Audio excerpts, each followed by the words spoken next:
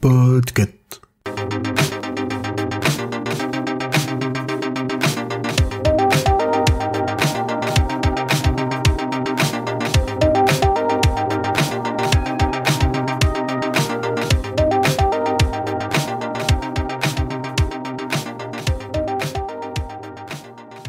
Bonjour, bonsoir à tous, ici Noémie du podcast So It Is.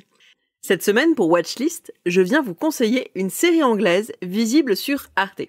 C'est bien plus joyeux, mais pour les fans d'accent anglais, je vous rassure, il y en a aussi beaucoup dans Good Vibration. Je vais le dire en disant Good Vibration tout le long parce que mon accent est pitoyable, donc ça sera Good Vibration pour vous. En plus des accents anglais, il y a des femmes, beaucoup de femmes, de la pop, des dildos, du blush orange, de la lingerie, des permanentes à la chair et aussi de la solidarité et de l'émancipation. Et puis, comme souvent à la télé anglaise, il y a une tripotée d'acteurs et d'actrices touchants et très justes.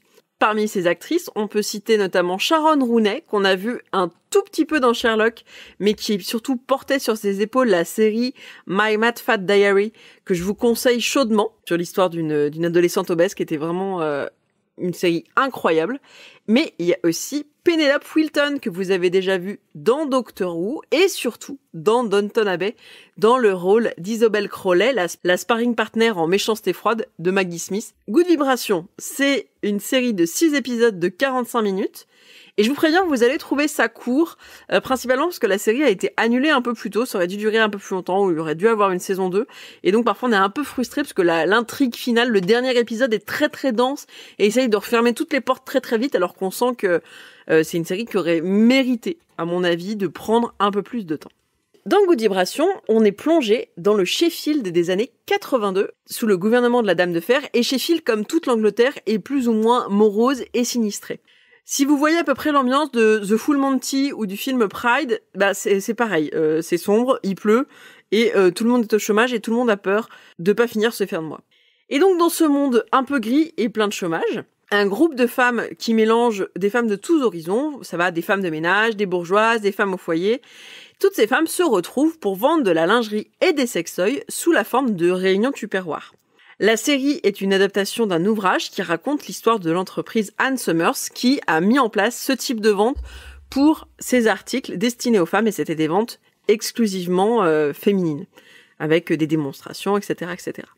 Et évidemment, cette espèce d'émancipation des femmes qui leur permettent de gagner leur vie, de devenir plus indépendantes, ne plaît pas à tout le monde et surtout ne plaît pas à leur mari.